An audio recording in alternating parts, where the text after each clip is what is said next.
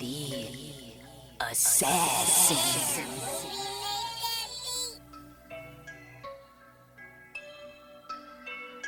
You know I break necks, call me Jack Tate. I have no regrets while your life is fading. I'm a crazy fuck equivalent to Satan. When I'm behind the mic, I feel like the greatest. You know I break necks, call me Jack Tate. I have no regrets while your life is fading. I'm a crazy fuck equivalent to Satan. When I'm behind the mic, I feel like the greatest. What up, y'all? You're listening to Sports Talk with Tropp, and I'm your host, Katie Tropp. Well, before we get into things, I did just drop a new music video for my single No Daddy's Girl, directed by Nahar Media. So you could go check that out on my YouTube channel, youtube.com/Katie Tropp, or you could go to my official website, katietropp.net, and check it out there. You can also, on my website, katietropp.net, you can also check out Sports Talk with Tropp's preferred sports books if you're into sports gambling at all. And if it's legal in your state, just go to my website, katietropp.net, go to the Sports Talk with Tropp page, and right at the top, there's a banner that says Sports Talk with Tropp Preferred Sports Books. Just click on that link, and it'll give you all of my preferred sports books that you could sign up for and gamble away. All right, so let's get into Week 8 of the NFL. Man, oh man, was it an interesting week. We're about at the midway point of the season, which is just crazy to think. I mean, Week 8 is about the midway point. And some teams are starting to separate themselves from the pack. A couple of teams looked pretty bad in shocking fashion. So, and then, of course, we have a couple more injuries to add to the already long list of injuries. But let's get right into the game I was going nuts on. That would be the Los Angeles Rams at my Dallas Cowboys. Woo! That was such a great game from the Cowboys. One of the most complete games I've seen them ever play. Dak Prescott had probably one of the best games of his life. He threw for 304 yards, 4 touchdowns, did have 1 interception. That was about the only bad thing about that game. All 3 phases of the game, they just dominated. Micah Parsons had a great game. The defense overall had a great game. But Deron Bland, he stepped in for Trayvon Diggs. Trayvon Diggs is our perennial cornerback. This dude was going to be hard to replace, and Bland steps right in and already has 3 interceptions for 3 touchdowns, which, by the way, is a Dallas Cowboys record. No Dallas Cowboy has ever, in one season, had 3 interceptions run back for touchdowns. And Bland has done it. How fucking awesome is that? So defensively, we held it down. Offensively, we put together one hell of a run. I mean, CD Lamb also had a career day. He had 12 receptions for 158 yards and 2 touchdowns. And then, of course, the special teams took care of business as well. Our kicker, he had a 58-yard field goal, which is just insane. The kicker is money. It is so weird, actually, like having a good-ass kicker, because it's been a while since the Cowboys have had, like, a legit solid kicker. This guy just never seems to miss. I mean, he's going to miss eventually, but, man, he has been money.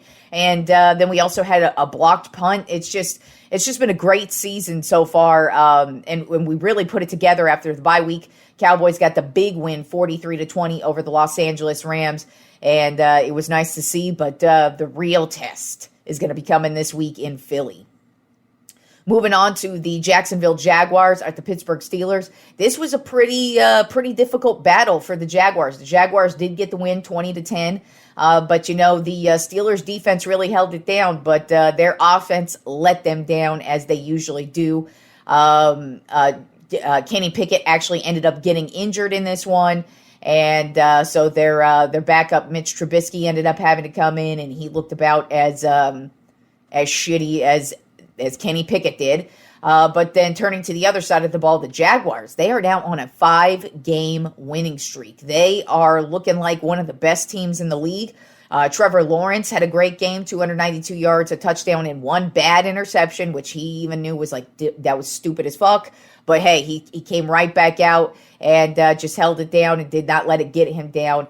And the Jaguars were able to get a really, really nice win over the Pittsburgh Steelers, whose offense just looked as terrible as I've been saying. The Pittsburgh Steelers offensively, they are just so bad, and I don't know how they're going to improve that shit.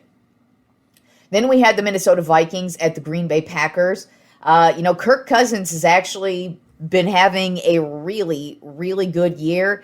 And, he was able to get over that hump last week, have a solid game on Monday Night Football against the San Francisco 49ers. And unfortunately, he tore his Achilles in yesterday's win over the Packers. The Vikings got the win 24-10 in bittersweet fashion because, you basically know immediately when somebody has an Achilles injury.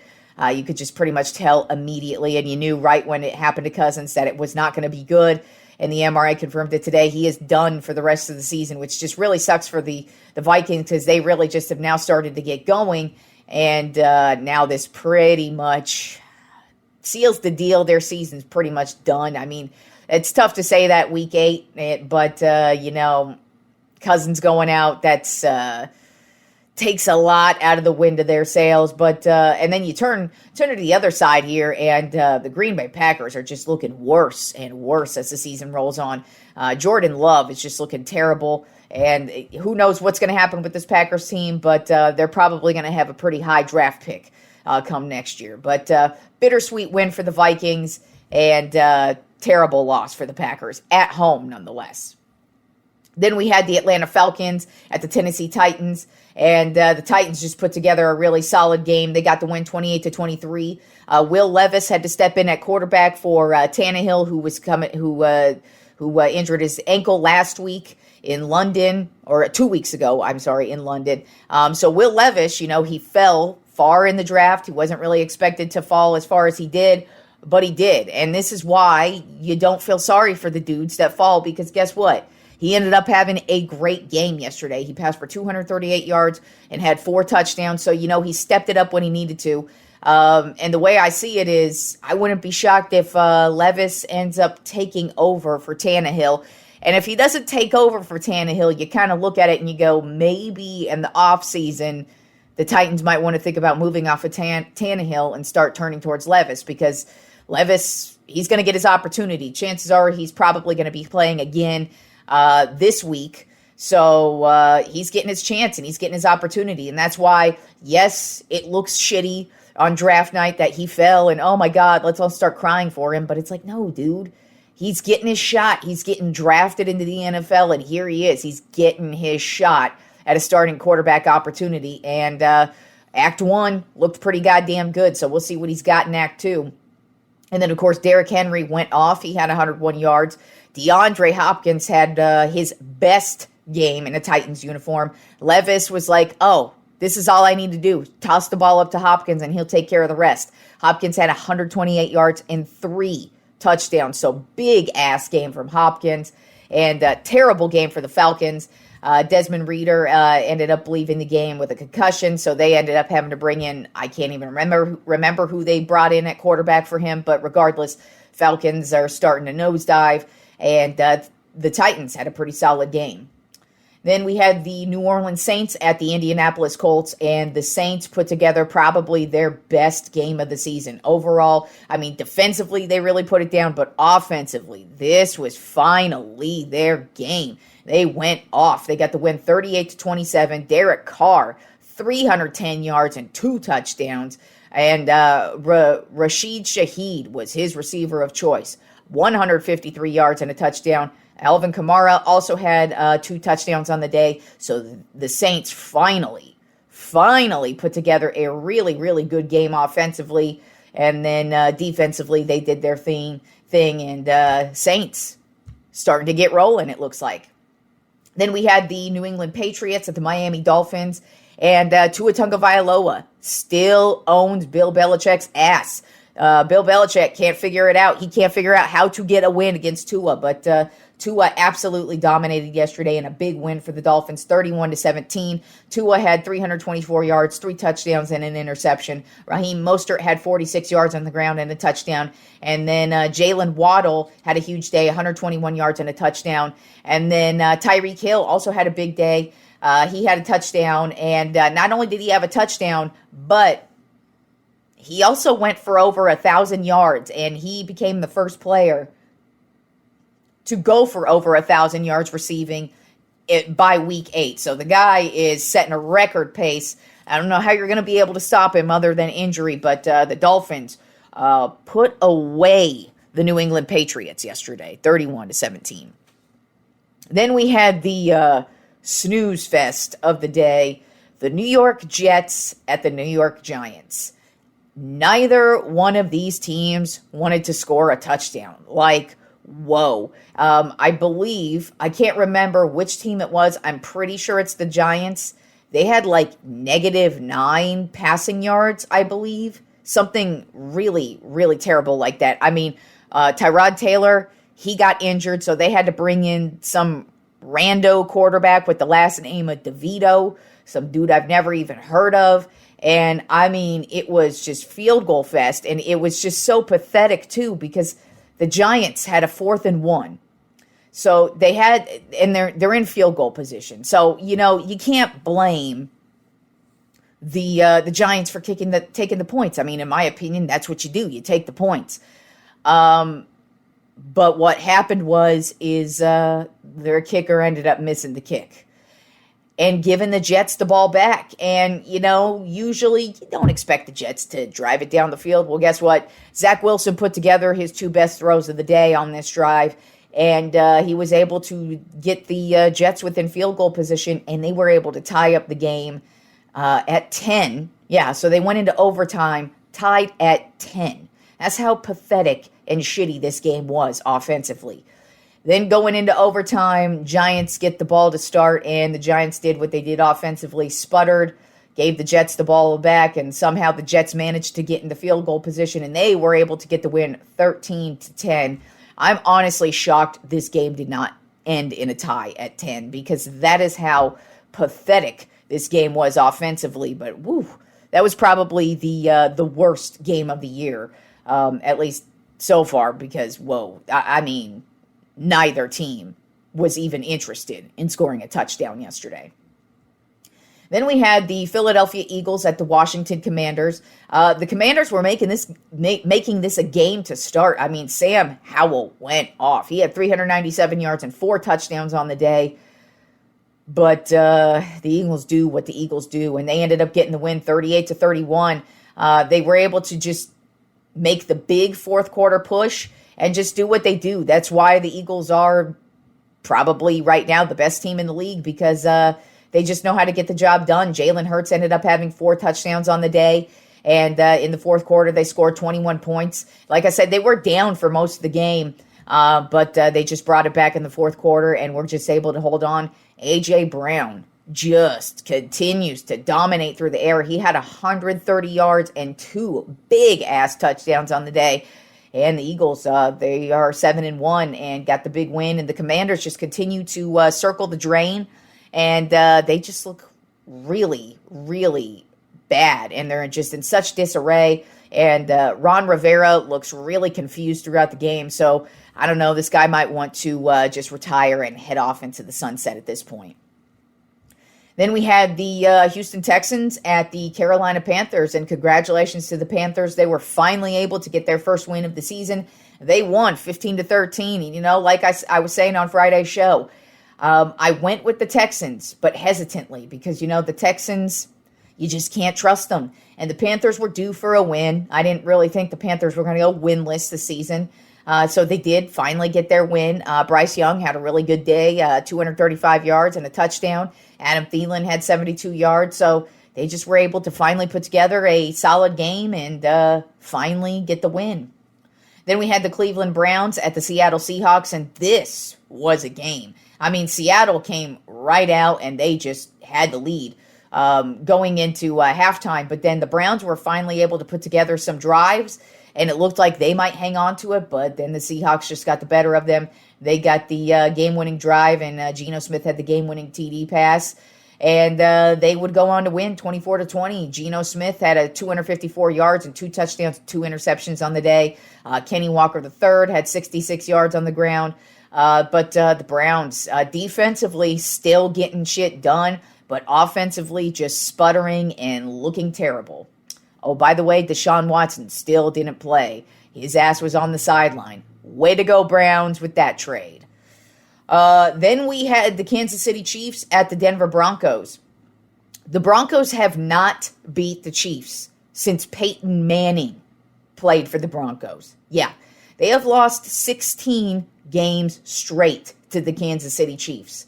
They were finally able to break that streak yesterday, 24-9. They really didn't want to. I mean, this game was pathetic to begin with. I mean, neither team wanted to get shit going, but finally the second half got going, and the Broncos were able to just get it moving, and they did get the win, 24-9. Russell Wilson had 3 touchdowns on the day.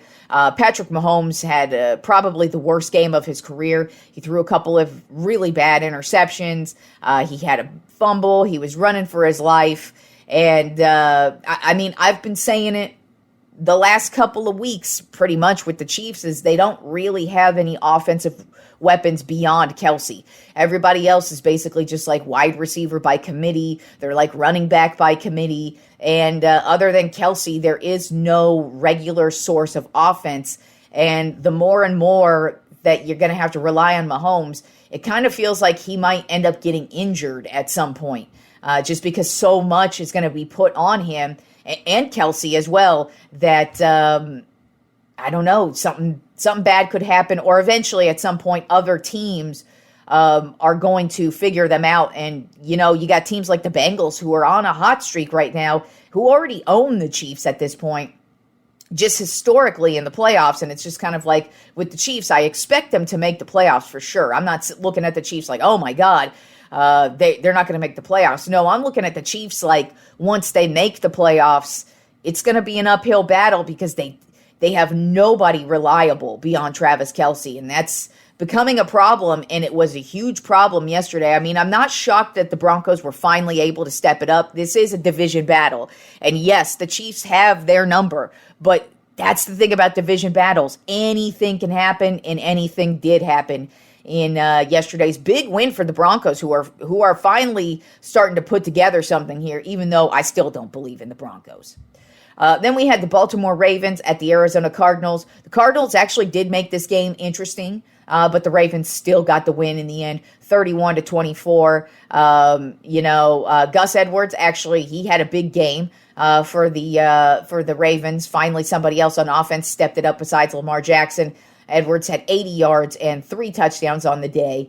And the Cardinals just had some really bad interceptions in the end. It just looked like a really overall terrible team. I mean, like I said, the score dictates that it looks like it was a close game, and technically it was 31-24. But the Ravens, they pretty much had full control for the majority of this game, and there really wasn't any point where I was like, oh, yeah, the Ravens are going to lose this. Nah, the Ravens really took control and actually had a very balanced game. It was just, this is the NFL, and the Cardinals do play with heart. They have put even though they're a 1-7 team, they pretty much have made it difficult for the majority of the teams that they've played this season. So even though the Ravens squeaked by them, they still got a really good win with a very balanced attack. And then the really just crazy game of the day, the Cincinnati Bengals at the San Francisco 49ers. The Bengals went into San Francisco and took care of business. I mean, the Bengals dominated this game from the jump. They got the win 31-17, and the Niners, it kind of looked like they were going to make a comeback. That's been their thing. They have not been able to make a comeback yet, and they still weren't able to make a comeback because, they got it within a scoring distance, and then the Bengals were like, nah, we're just going to go ahead and take this down the field, and they did. And then, like I said, it was going to happen with Brock Purdy. He was going to start to show some cracks, and in these last couple of games he has. While he did have a good game yesterday, 365 yards through the air and a touchdown, he did have 2 interceptions and a crucial fumble in the end. But it's not just all on him. Their offensive line did not have a good game. Their defense got shredded by Joe Burrow. I mean, Burrow is looking healthy. That's all there is to it. Him and Jamar Chase are in sync. They are looking great right now. And the Bengals are starting to surge, and they're starting to look like their old selves. And, they're looking very, very scary, not only in the AFC, but they're starting to really surge. And spoiler alert, they're definitely going to be in my top 10 NFL power rankings this week. That is for damn sure, because even though the 49ers are now on a 3-game losing streak, they're still a good team. And the Bengals went into San Francisco and took care of business against a good team. So starting to show some holes with the Niners. And I mean, a 3-game skid, that's bad. That's really bad. I mean, the Eagles haven't done that. Hell, my Cowboys haven't even done that. The Cowboys haven't even lost 2 games in a row yet this season. So a 3-game skid for the Niners is pretty goddamn bad, because maybe they were feeling themselves too much off of that Dallas win. But either way, they're headed into the bye week with the 3-game losing streak, and they've got a lot of things to rework over the bye week, and I'm sure they will, but they've got the Jaguars coming out of the bye week too, so they got a really good-ass team coming at them, and we'll see what happens there. But Niners on a 3-game losing streak right now, and things are starting to crumble for the almighty Niners. And then the snooze fest of the night was Sunday Night Football with the Chicago Bears versus the Los Angeles Chargers. And this game went as expected. The Chargers dominated from start to finish. They got the win 30-13. Justin Herbert had a night, 298 yards and 3 touchdowns. Austin Eckler had a night as well, 94 yards and a touchdown. And the Bears looked like straight trash. All right, moving on to tonight's game, we have the Las Vegas Raiders at the Detroit Lions. Right now, the Lions are a 7.5-point favorite. The Raiders, I believe Jimmy G is actually expected to play tonight. Doesn't really matter to me, just because the Raiders look terrible offensively no matter who is their quarterback. They have zero identity on offense, whereas the Lions, coming off of an ass whooping last week, I kind of feel like they got humbled last week. They're back to their old selves, biting off kneecaps this week, and I feel like they're going to get a big win, 40-13. And moving on to the World Series, we have had us an excellent first couple of games. So game 1 was Friday night, and Arizona was putting it on the Rangers, and it looked like, oh man, Rangers ain't getting a win at home. And then all of a sudden, it's the 9th inning, down, and Corey Seager comes up to bat. And Corey Seager, if you know, you know. The dude is money during the playoffs. He was great during the Los Angeles Dodgers 2020 playoff or World Series run. He's really been one of the most consistent players basically since the day he hit the league, but he's really good when it comes to the postseason. And comes up to bat and hits a 2-run home run and ties it up for the Rangers in the World Series game 1. So it's 5-5. Headed into the 11th inning. That dude, Adolis Garcia, comes up to bat, knocks out the game-winning home run in the 11th inning, and the Texas Rangers walk it off, take away game 1, 6-5. Well, you're thinking game 2, oh man, Diamondbacks got to be down and out after that one. No, they decided we're just not going to let you even get close in this one. First of all, Merrill Kelly pitched the game of his life. He went 7 innings, had 9 strikeouts, and only scored 1 run on him. And then Tommy Pham also had the game of his life. He went 4 for 4. Ketel Marte hit a playoff record 18. He's got an 18-game hit streak still going, but it's a playoff record now at 18. Who knows if he's going to extend it to 19 into game 3, but basically game 2 was just absolutely all Arizona. They got the win 9-1. So we've got game 3 tied up all at 1. Game 3 is tonight in Arizona. And this is a real series, folks. I mean, I thought after game 1, like, oh, shit. The Rangers are going to crush this shit. Game 2, Arizona's like, nah, we are not letting this get away from us. Now Arizona's at home. Arizona is really good at home. They've got an excellent bullpen, even though they gave it up in game 1. At home, they're really good. And if this gets, it actually will. It will get pushed all the way to the game 3, a third game because it's 2-3-2 in the World Series. So we just had 2 games in Texas. So that means they'll have 3 games in Arizona here. So I'm expecting the 3rd game in Arizona is going to be Gallen pitching for the Diamondbacks. And you don't want that dude pitching at home. So right now, I would not be surprised if Arizona gets the clean sweep at home. Now, I don't think that's going to happen, but I wouldn't be surprised. Just Arizona is playing really well, and even though they lost game 1, they should be up 2-0 right now on the Rangers, and so they're actually really dominating starting pitching-wise. Their bullpen's playing well, and they are knocking in the runs. So, and they're not scared. They do not give a shit. This team does not give a shit. So, like I said, Game 3 is tonight in Arizona. So we'll see what they've got for us. And, enjoy the rest of the week of sports. And I will talk to you all on Wednesday.